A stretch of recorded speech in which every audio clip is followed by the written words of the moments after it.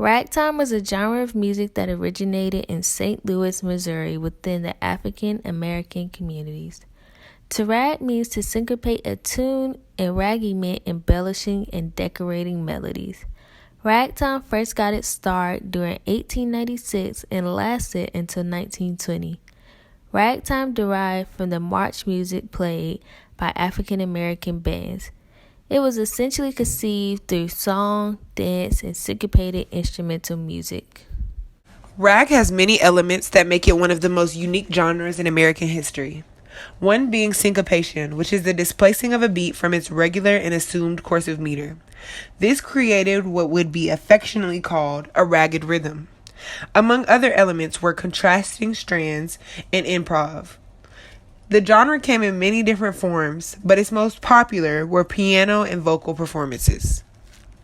Many African Americans got their start as musicians in the ragtime genre by performing in brothels, saloons, and bars after the Civil War. Ragtime became popular first through cakewalk and coon songs. Cakewalk and coon songs became synonymous in the public mind. The cakewalk was derived from black people's slave masters. Black people would perform a parody of white upper-class behavior. They would have dignified walks, bow lowly, wave canes, doff hats, and performed a high-kicking grand promenade. Black people turned cakewalking into a competition. Scholar Edward Berlin stated, the slave couple performing the most attractive steps and motions would take the cake. Coon songs portrayed stereotypical lyrics sung in Negro dialects by white people in blackface.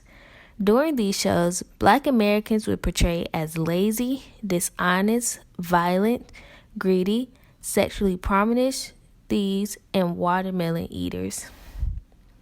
The terms cakewalk, march, and rag were printed simultaneously on the title pages of music. The images would depict what the lyrics or characteristics of the song meant. While some images were neutral images like flowers or trees, some of them portrayed black people in a negative connotation by having them with big lips, bulging eyes, or eating watermelon.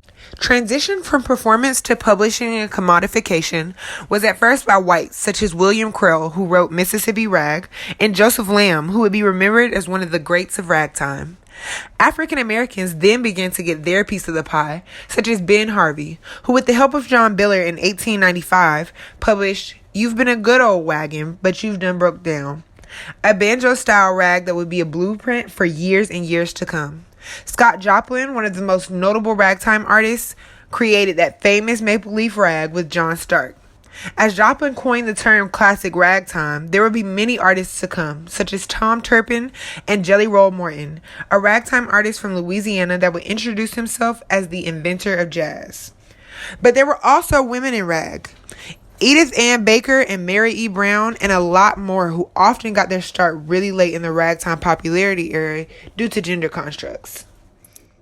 Ragtime overall was a noteworthy genre that will influence music for years to come. Its biggest influence would be on the upcoming genre of jazz.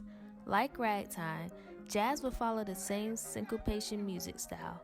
Ragtime is a genre that must be heard instead of just being described by words.